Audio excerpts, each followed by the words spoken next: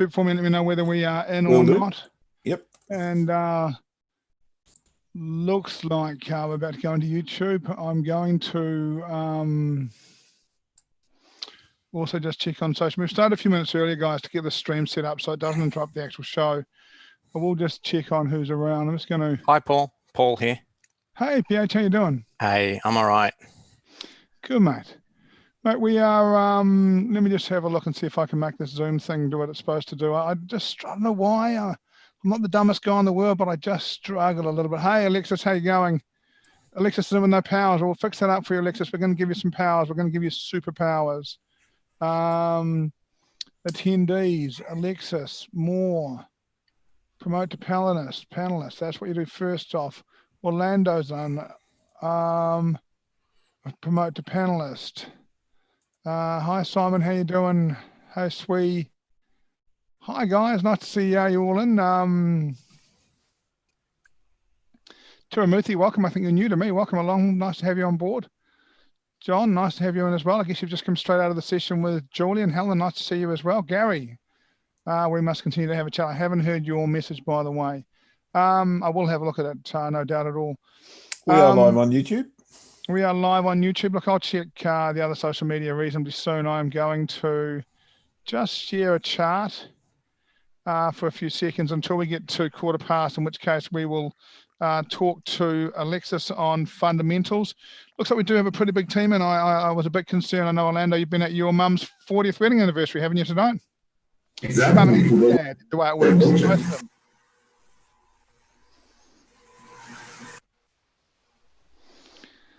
Well, are you still there, Orlando? Yes, I am here. I just changed my microphone because I think that you couldn't hear me before, right? Yeah, no, it was a bit messy. It came through a bit broken up. Just waiting to see. It looks like we're live on Online Trading Profits Facebook. We like it when we go live. We like it when these things work. And looking, guys, it's not quite as easy as it sounds sometimes, guys, to stream onto multiple platforms. I know it sounds easy, but let me tell you, there's a little bit that goes into it. It takes the team to do a great job, and it even says the right thing. Looks like we've got some people watching us everywhere. I imagine that Landa's got us here. We've got people watching us on Actions to Wealth, people watching us on Online Trading Profits, YouTube, Twitter. Welcome, one and all. My name's Paul Bottrell. I'm the trading mentor for Actions to Wealth and Online Trading Profits, and it's my great pleasure to bring you the show today. Sounds like I'll be joined by a few other team today. Alexis will be taking us underway reasonably soon and talking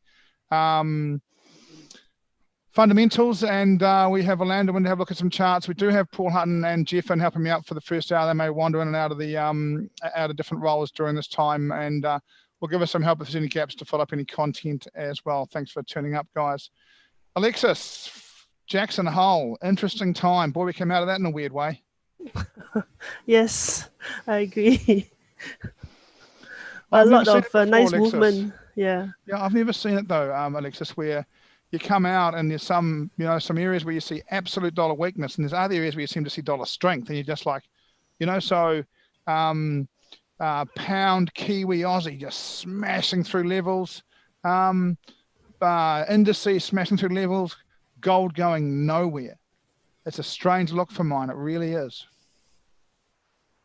Yeah, definitely is. I mean, I think gold is still probably is consolidating. I think it's a lot of reaction that's happening, which is more sentiment based than having any I think fundamental basis on it.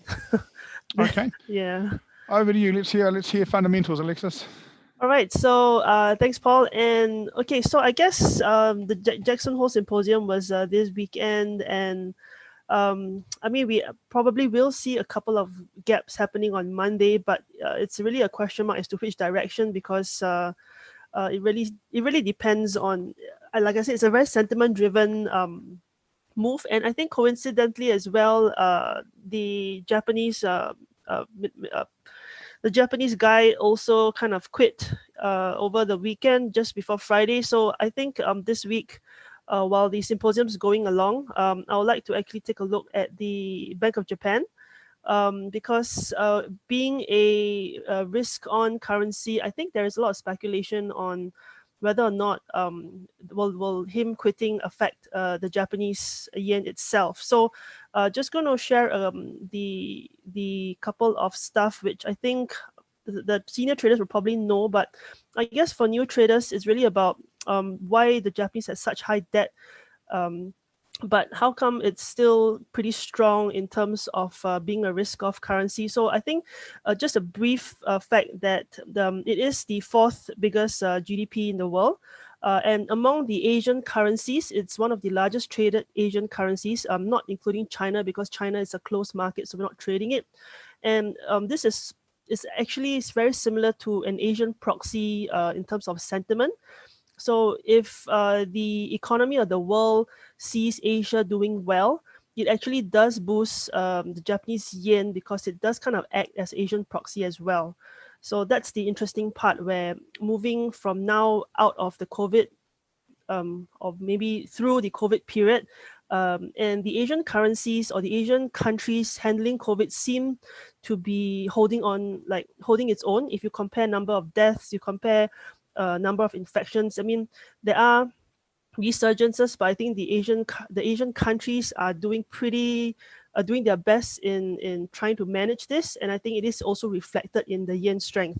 So fundamentally, my bias for the yen is still continued long against the US dollar, at least, like I said, I think I mentioned before, at least till September, where the question mark of the election, what the election will bring, or where the election will go to. But the general consensus is basically a softening of the dollar versus a stronger yen. But if we compare that a little bit together with the technical aspects, and I'll just quickly share a trading view chart on the dollar yen, just to see where that will take us into the so-called next period of yen trading.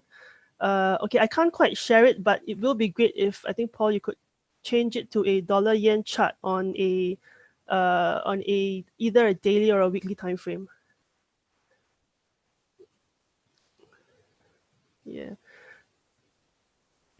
So I think the really great thing about Zoom is it kind of allows us to annotate on each other's charts. So if we look at the weekly chart, I think there's this area here that is really of interest, because it is kind of forming a sort of a triangle-ish type of, if you kind of zoom out a little bit and you compare it across the board, we are at a very interesting area technically.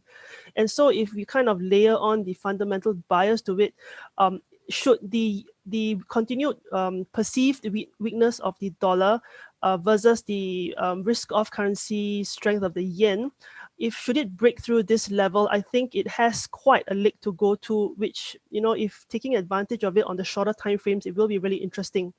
On the other hand, I think the probability for this is still there, but I think if we are just talking about probabilities and coupled with a little bit of a midterm fundamental bias, it's going to be a less probability to the long side, a bit more probably to the downside. So I am really kind of looking forward to when this level will be smashed through.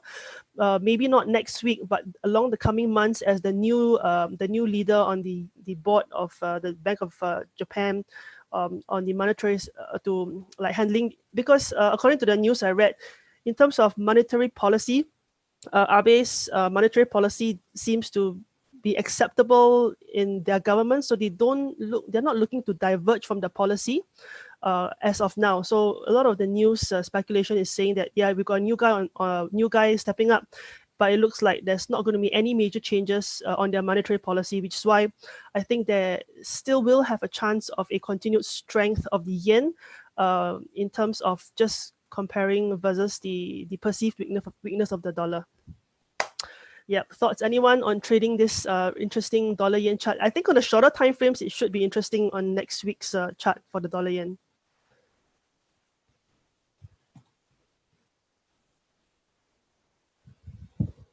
I'm still Love that we're in, yeah, sorry. perfect cue. After you, buddy. Yeah, love that we're at the bottom of that little range that there is there, Lexi. But there's kind of a hint of a descending triangle as well, if you like to trade patterns. But gee whiz, I find it very, very difficult to trade this pair. Very unreliable and very spiky. So I need some help there. and I thank you for your analysis. So what's your thought on next week, on this week, Alexis? What are we looking for?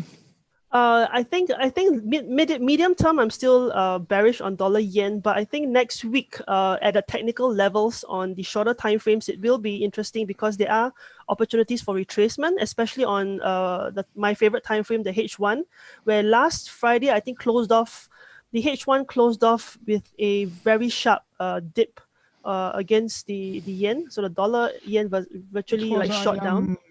A bit of a reaction after not only to the resignation but also Yeah. to Jackson Hole, right? Yeah, correct. So it was so I do think, of course, next week I mean it is very bearish and my bias is still short, so I will prefer to kind of look for opportunities towards the short side, but I'm not against taking retracements towards the upside as well. And like Geoff said, on the bigger time frame, it really does like it does look like the triangle pattern is happening. So if we could actually couple that with a breakout, it could be a really nice ride. So it's really just a matter of not rushing into it and just waiting for the setup to come. And I always emphasize fundamentals is medium to medium term, at least a couple of weeks to a couple of months for it to kind of grow into its direction. But for technicals, if you just follow the strategy with your profit levels, profit targets, I think we could kind of take some pips off this chart. Nice, Alexis. Thank you very much. Much appreciated. Okay, let's get into having a look at some more stuff on charts. We've got a bit of stuff on chat, actually. We'll just see if there's any questions we need answered. Of course, I clicked on chat on Zoom and it disappeared. And the way that only chat can do on Zoom, where has it gone? Here we go. I think we'll leave that for now, Robbie. Is that Williams% R on market scan? No, that is that's my own scan for something separate that I do. Sorry, Rob. That's a pre-programmed scanner for me for some stuff. I'm not quite sure why I'm on this particular chart. Just got caught a bit off guard. Look, without further ado, it's probably time to introduce Orlando. Orlando, the market technician, the man that's all about understanding technical markets and what's going on. Orlando, are you with us? Yes, I am here. How's everybody doing? Good, thanks, mate. So what are we looking at today? Well, let me share my my screen. Can you give me powers, please? Yep, no problems. So today I want to talk about the New Zealand dollar US dollar, because as you said, it's just spiking through levels, but it got to the level that I was looking at to get on a big short a couple of months ago. So let me just share my screen. I think we talked about this level a couple of months ago on a TTR. Hold on, just let me go to the daily chart because I want to show you the first the level that I'm talking about. So this is the level that I was looking at for the short, right? And I do believe that the potential to the upside is there because if you look at this, that breakout of this flag is super strong, but this level is also super strong, right? And I'm not gonna put the volume profile, but there's heavy historic volume being traded here. So what I'm going to be looking at, next week is a possible rejection of this level to trade the short side, but I really would prefer to trade the long side on the New Zealand dollar US dollar, just given the strength of this move to the upside. I've been trying to short this pair on this level, but the impulse is clearly to the upside. So we will see what happens here at this level. But I do believe that we're going to get a lot of resistance once we get here. And if we get here, actually. I don't know what you think about that because of how strong this move to the upside was at the end of last week. But that was what I was waiting for, and I have been waiting for a couple of months. So I'm going to be looking at that.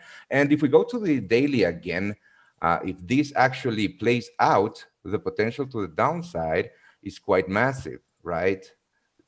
If we manage to break with this structure, the up structure that we've been trading on since March, late March, if we manage to break this structure and this level where we bounce off to the upside, I think that we could see the retest of these lows right here.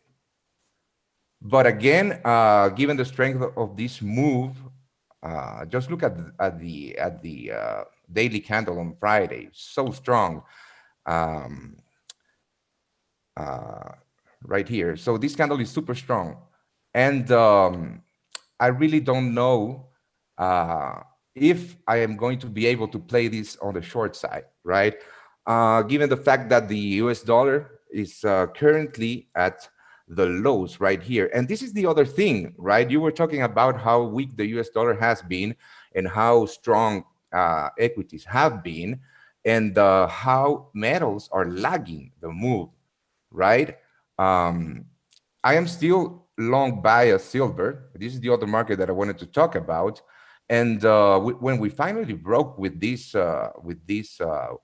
flag and this structure, we we encounter a lot of resistance here, right? So now my stops are at this level, below this low. So if silver breaks to the downside, I really don't think that it's going to have the strength to go to the upside. But again, given the fact that the US dollar is at the levels that it is right now at these lows, and if the US dollar breaks to the downside, and if equities continue to move to the upside, I do believe that metals are going to be next.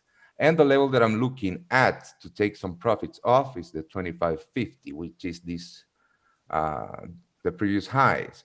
And the reason that that I've been talking about this this market for so long is because of the potential to the upside. I mean, it's incredible. This is the daily chart. Let's go to the weekly chart, right? The potential to the upside is massive. All-time highs are at the 50 level, right? So, and gold is making all-time highs right now. This is why I prefer the play on silver instead of gold. And if this bullish move continues and we manage to break with this high, the next target that I'm looking at is this level right here, which I believe if we manage to get there, this is where we're going to get a big retracement back for a continuation. If this bullish move continues in metals, but on the shorter time frames, right now, silver is doing nothing, and I'm just waiting for a real direction in this market, as I am doing also on the pound versus the yen. This is the other market that I wanted to talk about because of the potential to the upside, right? Let me go to the daily chart again, and this is concerning to me, this Friday's candle, right? Because it didn't close above these lows. That to me means that the bullish move might be finishing, right? Or we might get another retest of the 138.40 for a continuation. And the other thing about this is yen futures that are rallying very hard, which goes against this bias that I have right now on the pound versus the yen, right? But again, for the long-term potential in this market, we have at least a 2% move to the upside or 250 pips to the next level on the pound versus the yen. And let me go to the hourly again. Right here, this is what concerns me, right? We didn't close above this level.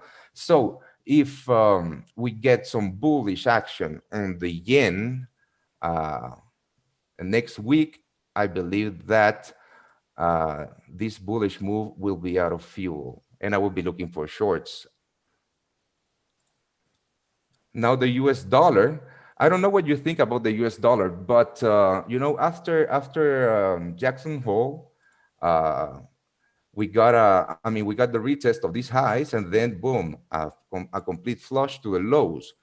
But this level has been tested quite sometimes, right? At least 3 times, and then again on Friday.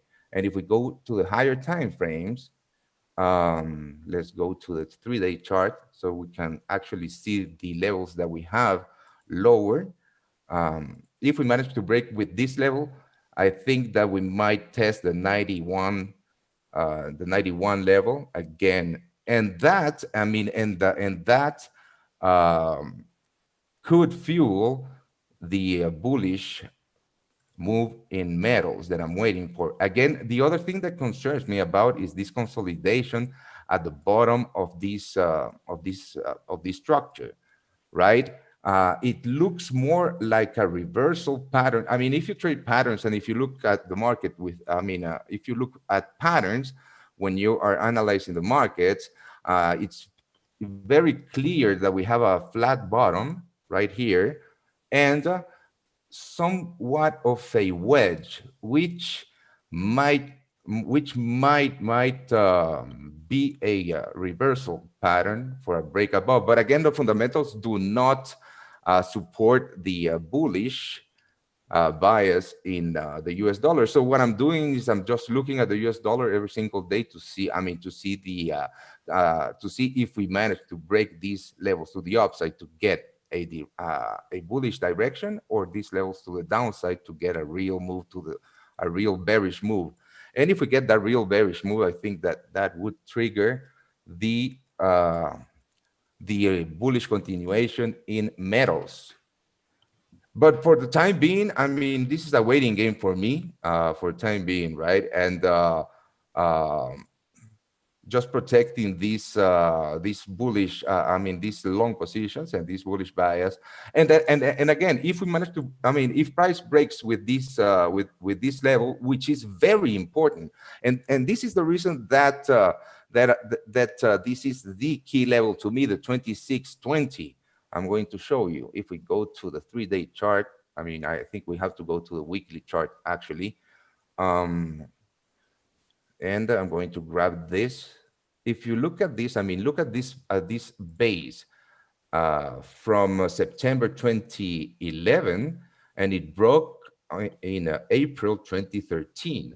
And that is the exact level that silver is testing at the moment. Let's go back to the 4-hour chart and let's thicken the chart out. As you can see, this is the exact level that silver was consolidating in before it broke to the upside. But that impulse was not as strong as I wished it could be, based on that massive historic level. And that is the reason that if silver breaks to the downside, I'm going to be out of my long positions. But I will not be looking to short this market at all. But the 26 to 2620 is my key level in silver. Maybe we're going to get another retest here to pick up more buyers to finally move higher. And that's the other reason that I prefer to play on silver, because I don't see such a big level in gold at the time. And basically, this is what I'm really looking at for the beginning of next week. So silver, dollar index. Did you actually make up your mind on dollar index? Because I find no, Geoff. We've been talking about the dollar index for a while, right? We have indeed. Of course, I'm bearish the US dollar, but just take a look at this horrible consolidation, right? For a day trader, this is great because on Friday the short on the US dollar was obvious, right?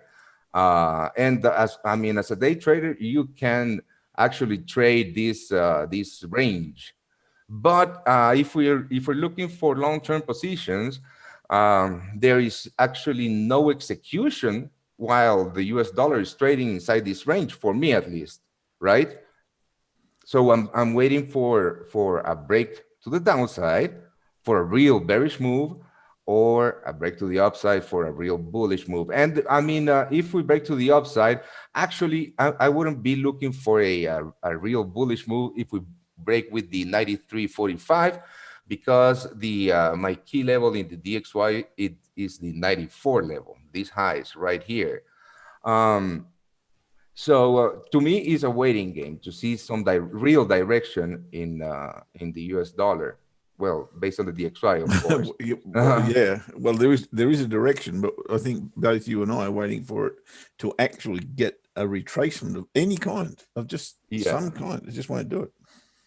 Definitely. And we've had some retracement to the upside, but I mean, I think we were talking about a big retracement to the 95 levels. Or I certainly was, yes. Yeah, you were talking about the 95 level. Yeah, I was talking about the 94 for a retracement to get real sellers, right, and a continuation lower. But that would be me. I'm in that group too. I want to be a seller, but me too. I want it back there. Yeah, but really, I don't think that we're going to get there just based on how the rejections have been at the highs, right? Every time you go here, boom, the US dollar gets smashed to the downside again and again. Yep.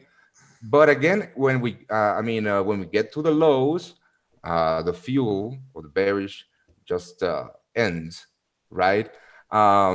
But again, I think that if the DXY breaks with that 92 level, the bearish move to the downside, well, of course to the downside because it's a bearish move, might happen. But to me, there is no direction in the US dollar at the moment, and it hasn't had any direction since late July. But for a day trader, I have taken short positions on the US dollar, but I would prefer to have something like this, right? When the US dollar broke with these lows, just look at this, and it's the same thing that we are watching right now. Just look at this. This was a ranging market, and then when it broke with that level, boom, we had that flush, and that's what I'm expecting when the DXY breaks with this range again, a continuation, right, to the downside. And well, that's basically it. So how much is that going to influence you with silver, for instance? Is that very much part of the equation for you, or is the silver technical chart enough to trade silver with? Yeah, well, exactly. My silver trade is not based on the US dollar weakness. 100% is more of a risk-off play, right? But again, it's pure technicals. I mean, my entries are purely technical on silver. Cool. So it's silver long. Yeah.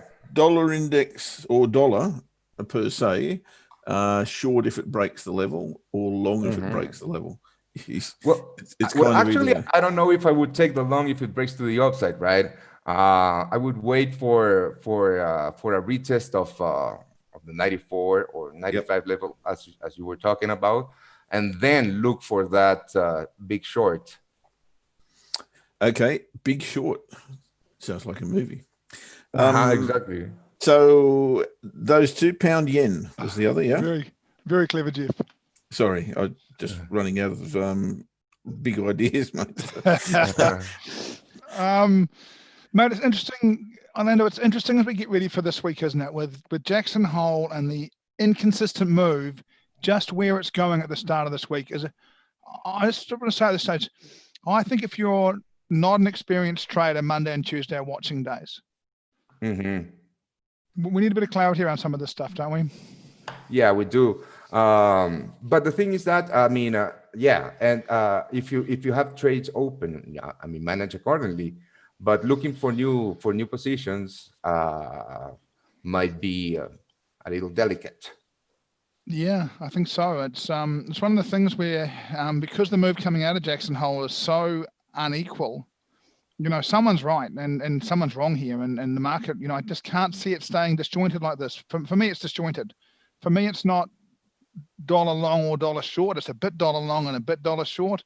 And I expect on Monday at some stage, or Monday, Tuesday, for that to get a lot clearer for everybody, Definitely. And again, yeah, that too. And if we get some clarity with direction, we might get the follow up on the metal on the markets that are lacking or lagging that impulse too. Cheers, mate. What else are you looking at, buddy?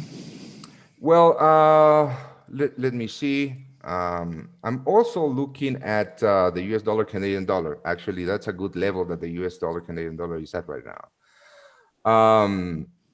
We were short. I mean, we were short bias the US dollar Canadian dollar last week. This is the daily chart, right? But right now we are at a very important level, right? And this is the way that I look at the markets, right? I go in historic price action, and I just look for zones where big buyers or big sellers have come into the market. I mean, where we've had reversals, big reversals in the market, and right now we tested that level. Just look at that Friday candle. We tested that level, and boom, we went up.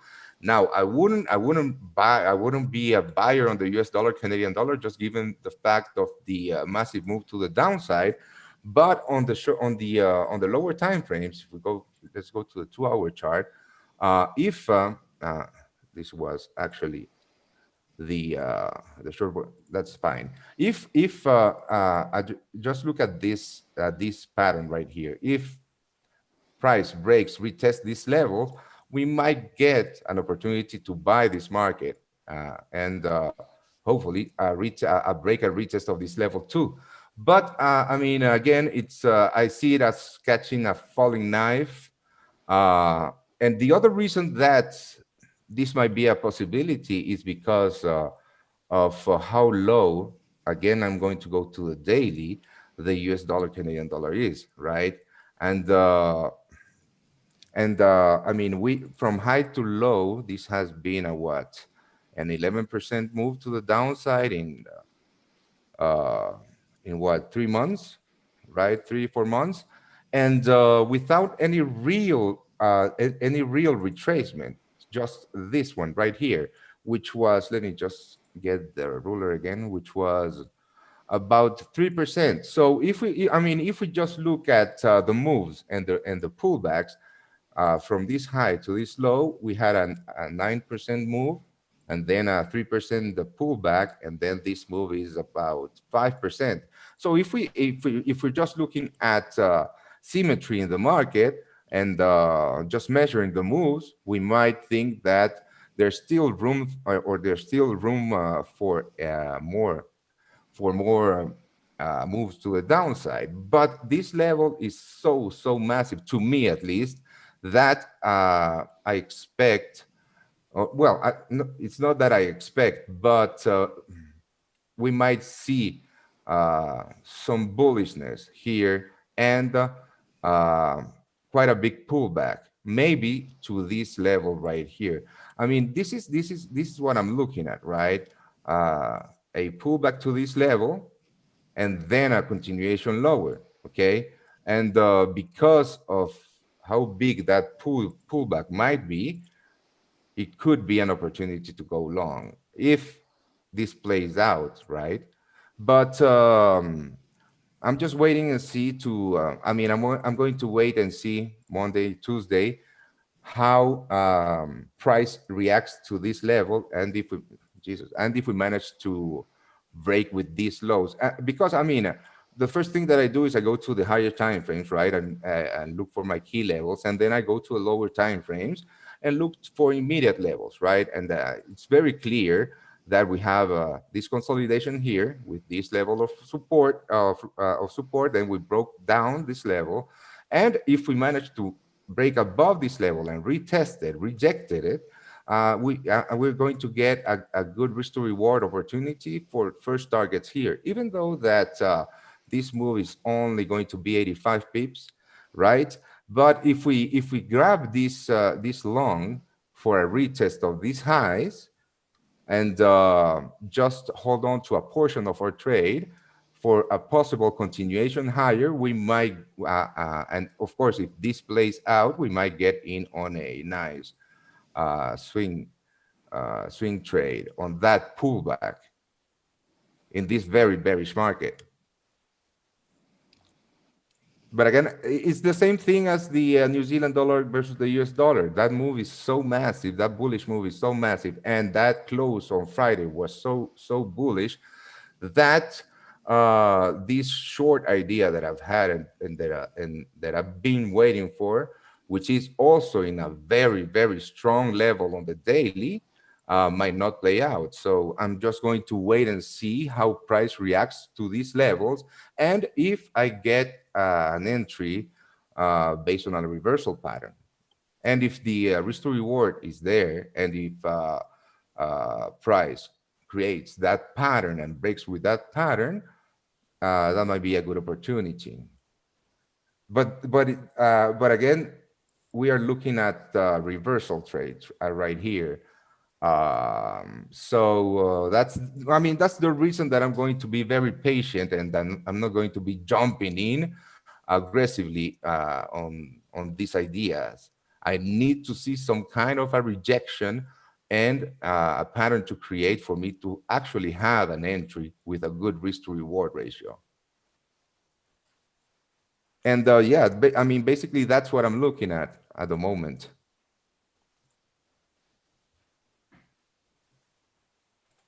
Yep, this right here. Okay, Sorry, buddy. guys. Yeah. You're right. Away you go. I just spoke. I spoke on mute and then come screaming back.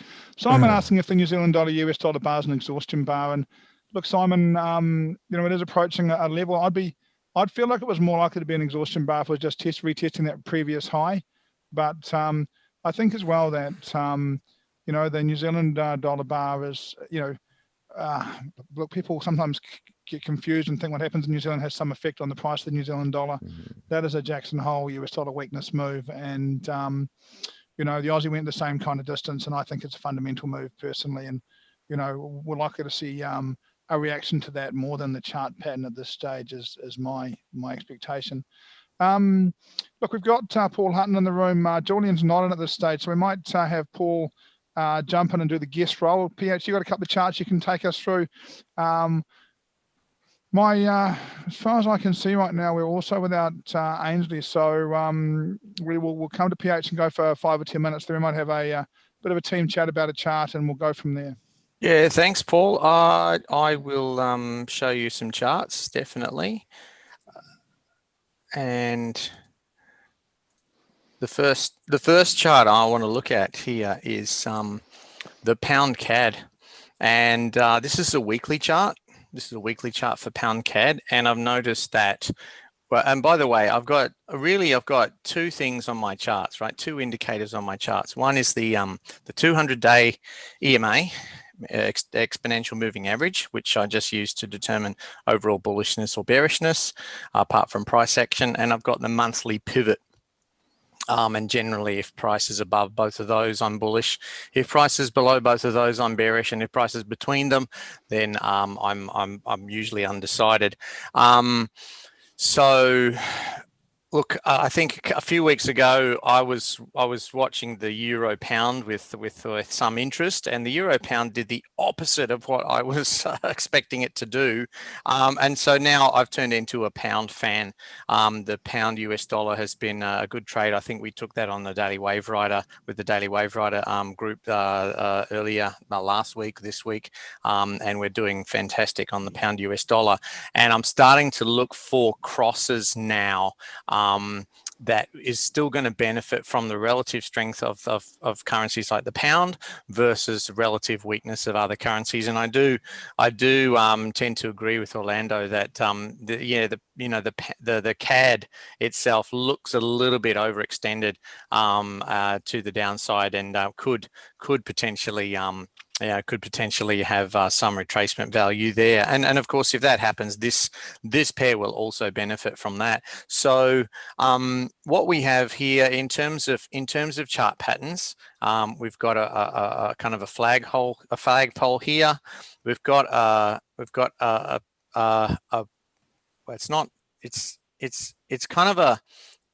think it's what they call a falling wedge.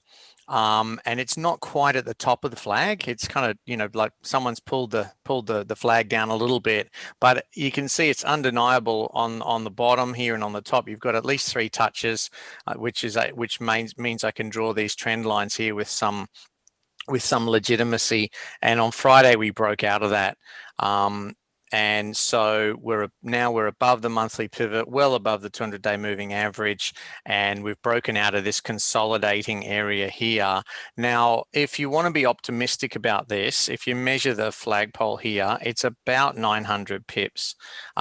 So from the base of the flag to the next, target here, if you measure 900 pips up to there, it's about the 181 level. Yeah. Now, of course, if you're trading trends on the daily time frame, or maybe even on the intraday time frame, maybe 4 hours or so, you might not want to stay in this for the entire duration. I can definitely see some resistance here at 177. I can definitely see some potential resistance up here at there's a cross between a trend line, a pretty important trend line here, and my projected flagpole there. And I'm just going back to the weekly chart.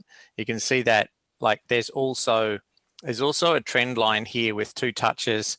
Do you think that price is going to have a little bit of profit taking when it gets to the potential 3rd touch of that trend line? Absolutely.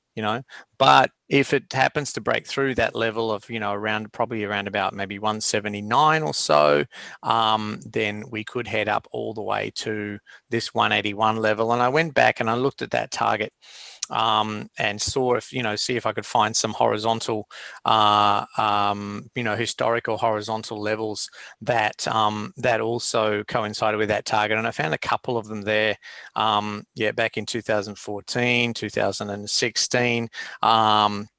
So it is a legit level, and so that's kind of a medium-term upside target there for the pound CAD. So I'm pretty keen to get long. Of course, to get in this straight away, you'll probably have to be a little bit patient. This could retrace, could come back all the way back down to this trend line, and so not such a fan of that, because these pairs, these crosses do tend to be a little bit more volatile than the majors themselves. So if we were to wait until maybe price got back down to about the tops of the previous congestion there at about 174.5, I think that might be a good place to place a long trade, or get in on with a stop loss below the Friday's candle. Any comments, any questions about that from the team?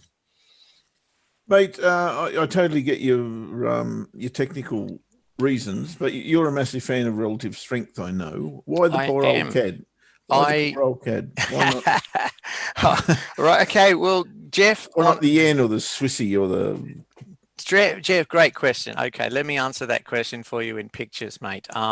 Okay, so here's a daily chart of the Aussie CAD, right? Aussie is pummeling the CAD, right? Here's a daily chart of the Kiwi CAD. Okay, the Kiwi CAD is is rallying. What else did you want me to compare it to? Oh, just anything. It well, didn't really matter. Look, with why you chose the CAD, because the pound is kind of on fire anyway. Yeah, well, it is, but with the exception of, I think, the US dollar, right? And then Orlando showed this chart earlier, right? And even this is starting to look, it's starting to look a little bit in less what do you call it? a bit less conviction there for the sellers, right? They tried to push it down on Friday, and they created a bit of a long tail there. I think looking at the CAD yen, look at that big bearish engulfing bar. The CAD was doing fantastic until I think Abe has resigned, and obviously that's that and maybe some of the other contributing factors towards the end of the week have caused the yen to strengthen. I'm also very, very keen to see lower prices on the US dollar yen, but the CAD just seems to me to be, if you're going to pick one pair to trade against as a weak currency, the CAD is just on my target list at the moment. Does that answer your question, mate? Yeah, mate, of course it does. Absolutely. And I don't disagree with you. I just wanted to know why. And I even looked at the Euro CAD, right? And I thought to myself, you know what? This Euro CAD also looks a little bit like in the bigger picture of things. And I know you're waiting for Batman to appear here. He's I think Batman might be out of town, mate. But just looking at previous. You just shine that light there, mate. He'll be back. Horizontal levels and look, these things, these are frustrating for trend traders, right? Because you're trying to get in long here and it just keeps going lower and lower, but eventually it might make a higher low here. But the euro just seems to be, we were all in love with the euro a few weeks back, and the euro's just become an underperformer lately. So I'm much more keen on the pound CAD as a way to maximize the pips here than the euro CAD, but the euro CAD might still rally. Yep, guys. If I can jump in here for a second, I like the analysis, PH, and I like the reasoning here. I really do, and it's interesting because CAD's the one that's weird, right? Because Kiwi rallied, Aussie rallied. If CAD had rallied, we'd have called this a commodity rally, but it didn't. And this is why this Jackson Hole exit looks weird, because the things that are supposed to correlate aren't Thursday, correlated. Yeah, look, still, Geoff, you're talking about a US dollar collapse in some ways against the Aussie and the Kiwi on Friday following Jackson Hole, and the CAD just didn't jump in, and it means that the Jackson Hole reaction hasn't been consistent. We're not seeing dollar strength and we're not seeing dollar weakness, depending on what we're looking at. We are seeing dollar strength and we're seeing dollar weakness, and it's left people coming out just going, well, that's been interesting. So for mine, it's just not clear, and it's why we need to be pretty careful going forward, because we will see one or the other. By the way, Helen, I've still got all the sound. Hello to you, by the way, and I've still got all the sound, so the sound must be your end as opposed to our end, I am guessing. Look, guys, we had a great question from Chan. He said, hey, Big O, can you look at silver and gold chart? And I thought, well, Ainslie isn't in today, and she has moved homes on the weekend, so maybe she just hasn't quite got through to us yet. She may well be asleep, because I've moved home before and it sucks. God, moving home sucks. So what I thought we might do was we might get someone to bring up a gold and a silver chart, one at a time, and we might open it up to the team to have a look. I can see we've got a lander, I can see Lloyd's in, obviously we're in, Alexis is still around. Why don't we get some thoughts on what's going on with gold and silver from the team? I've got a gold chart here. If I'm still sharing, I think so. This is a gold chart which doesn't really have anything on it in terms of indicators. I've just got this little triangle thing here. So happy to keep this up and follow the lead of anyone who wants to analyze this. I've been just steering clear of gold lately myself, because I made some money down here. I was happy with that. When it starts to look like this, I'm like, show me some easier money to make. So I've been focusing on other things. I like that, PH. I've got some thoughts on it as well. I wouldn't mind later on just seeing if there is a clear descending triangle there or not. I'm not quite sure how it lines up, but let's hear anyone else on gold. Let me go to the 4 hour and see if I can draw something in here. Well, I don't need the charts, but I'm just thinking, looking at on the fundamental basis. I think I agree with I think like Justin that gold will still be on the rise, and I think recently the Fed actually shifted its policy of average inflation targeting. So what happens is they are trying to get inflation to go higher, and I think as gold is a very common hedge for inflation. So I do still have a bullish bias on gold despite the very high price at the moment. Yeah, interesting, Alexis. I might pick that up a little bit afterwards as well. I've got a few questions about that. Orlando, where are you on gold? Well, I am still bullish gold, but as you guys were discussing right now, to me, it's going nowhere at the moment. And that triangle that you just draw on the chart, it's absolutely not tradable to me. Why? Because of that Thursday candle, that Thursday red candle. Even though we had that bullish candle on Friday, right? That bearish, I mean, that fake out on Thursday, to me, invalidates that triangle. So for me to, I mean, just technically speaking, right? For me to get long gold, I would have to wait and see a real break of the 2020 level, at least.